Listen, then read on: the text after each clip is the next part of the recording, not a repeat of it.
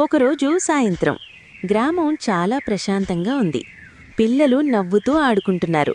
చిన్న మేక పచ్చిక తింటోంది. అప్పుడే పొదల్లో ఒక్కసారిగా శబ్దం, గర్జన వినిపించింది. ఒక పెద్ద పులి గ్రామంలోకి వచ్చింది. గ్రామస్తులు భయంతో పరుగులు తీశారు. చిన్న మేక గట్టిగా అరుస్తోంది. అప్పుడు పండు, చెర్రీ ఒకరినొకరు చూసుకున్నారు. వాళ్ళ కళ్లల్లో భయం కాదు, ధైర్యం కనిపించింది. భయపడకండి, మనం కలిసుంటే ఏదైనా జయించగలం అని చెప్పి ఇద్దరూ కర్రలు పట్టుకుని ముందుకు వచ్చారు.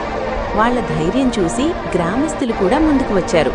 అందరూ కలిసి జై అని గట్టిగా అరుస్తూ పులిని అడవిలోకి తరిమేశారు. చిన్న మేక సురక్షితంగా ఉంది. గ్రామం మళ్లీ సంతోషంగా మారింది. ఎంజాయ్!